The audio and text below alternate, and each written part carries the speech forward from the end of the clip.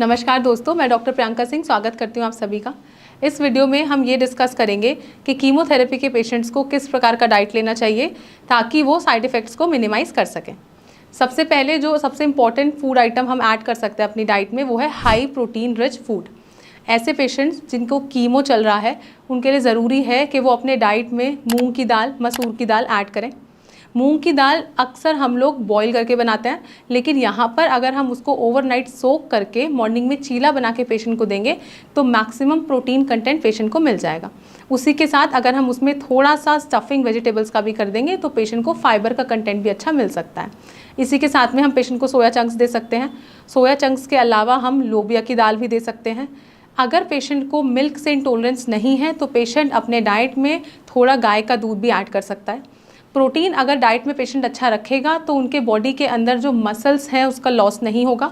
इसी के साथ साथ कीमो की वजह से होने वाला जो साइड इफ़ेक्ट है, कीमो की वजह से जो बॉडी के जो सेल्स हैं वो डैमेज हो रहे हैं, तो उनको रिपेयर करने में भी जो प्रोटीन है वो हेल्प करेगा। इसी के साथ पेशेंट की जो इम्यूनिटी है वो भी बूस्ट पहले से ज़्यादा हो जाएगी। सेकेंड जो फूड आइटम पेशेंट ऐड कर सकता है वो है high calorie energy rich food items, जैसे कि कार्बोहाइड्रेट और गुड फैट। कार्बोहाइड्रेट के लिए पेशेंट स्टीम राइस ले सकता है। जो चावल है उसको ध्यान रखें कि आप बॉईल करके उसका जो मांड होता है जिसको हम स्टार्च बोलते हैं उसको डी स्टार्च करके बनाएं। इस प्रकार से वो पेशेंट को नुकसान नहीं करेगा, साथ ही एनर्जी प्रोवाइड करेगा। लेकिन हमें राइस के साथ में गुड अमाउंट में दाल या फिर वेजिटेबल्स और सैलड भी लेना है। अकेले अगर हम सोलली राइस कंज्यूम करेंगे तो वो बहुत ज़्यादा बेनिफिट नहीं करेगा। इसी के साथ पेशेंट जो है वो वीट का आटा यानी कि गेहूँ का आटा भी इस्तेमाल कर सकते हैं।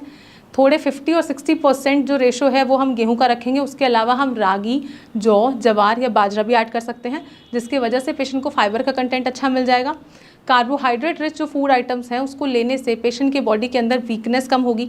वीकनेस कम होने के साथ साथ अगर कोई पेशेंट ऐसा है जिनको लॉस ऑफ एपेटाइट है यानी कि उनको भूख नहीं लग रही है, तो इस कंडीशन में कम अमाउंट में फूड लेने के बावजूद भी उनके जो एनर्जी लेवल हैं वो मेंटेन रहेंगे, रिस्टोर हो जाएंगे। इसी के साथ में पेशेंट सोक्ड आलमंड्स और वॉलनट भी ले सकते हैं, यानी कि अखरोट और बादाम को अगर हम ओवरनाइट सोक करके रख दें और मॉर्निंग में कंज्यूम करें तो वो भी पेशेंट को हेल्प करेगा।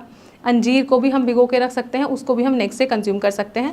तो गुड फैट और carbohydrate rich food items patient को एनर्जी लेवल को मेंटेन करने में मदद करेंगे। नेक्स्ट जो हमें कंज्यूम करना है वो है सॉफ्ट फूड आइटम्स।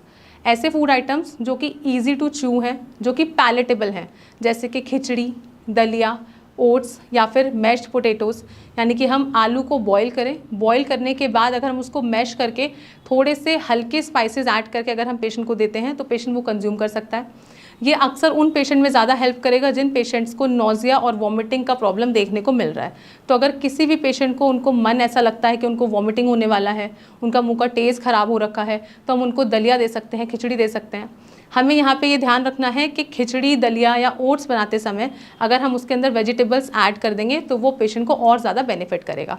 इसको हम अपने नेक्स्ट पॉइंट में थोड़ा सा और डिटेल में समझेंगे। जैसे अगर हम फ्रूट्स ऐड करते हैं, वेजिटेबल्स ऐड करते हैं, तो ये पेशेंट के बॉडी में फाइबर कंटेंट को बढ़ाते हैं। अच्छे अमाउंट में फाइबर लेने की वजह से पेशेंट की गट हेल्थ भी मेंटेन रहेगी।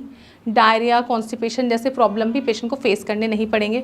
इसी के साथ में अगर पेशेंट फ्रूट अच्छे से कंज्यूम कर रहे हैं, जैसे पपाया है, मस्क मेलन है, अमरूद है, एप्पल्स है, अनार है, अगर ये पेशेंट लेता है तो उनको वाइटामिन्स मिलेंगे, मिनरल्स मिलेंगे। इसी के साथ साथ उनके बॉडी के अंदर एंटीऑक्सीडेंट्स भी जाएंगे, तो ये पेशेंट की इम्यूनिटी को भी बूस्ट करेंगे, उनके एनर्जी लेवल को भी रिस्टोर करेंगे और रिकवरी को भी स्पीड अप करने में मदद करेंगे।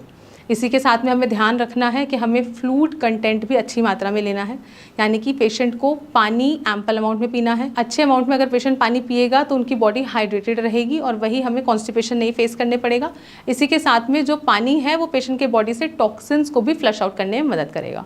पानी के साथ साथ पेशेंट कोकोनट वाटर भी ले सकते हैं या फिर सूप्स भी ले सकते हैं। अगर हम सूप ले रहे हैं तो उस कंडीशन में जो वेजिटेबल्स हैं वो हमें कुक्ड फॉर्म में मिलते हैं, तो उनका हम ज़्यादा बेनिफिट उठा सकते हैं। ये तो हमने बात कर लिया है कि पेशेंट को क्या क्या चीज़ें लेनी चाहिए।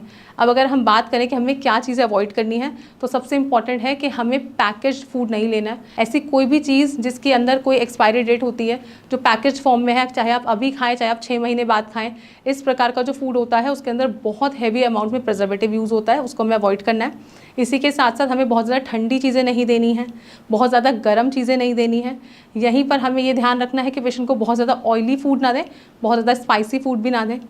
ऐसे फ्रूट्स एंड वेजिटेबल्स भी नहीं देने हैं जिनके अंदर खटास बहुत ज़्यादा होती है, जैसे कि लेमन, हमें लेमन वाटर नहीं देना है। हमें कुछ पेशेंट्स हम ऐसे देखते हैं ओपीडी में जिनको खाने के अंदर से एडिशनली जो है वो लेमन डाल के खाने की आदत होती है, तो हमें ये भी नहीं पेशेंट को अलाउ करना है।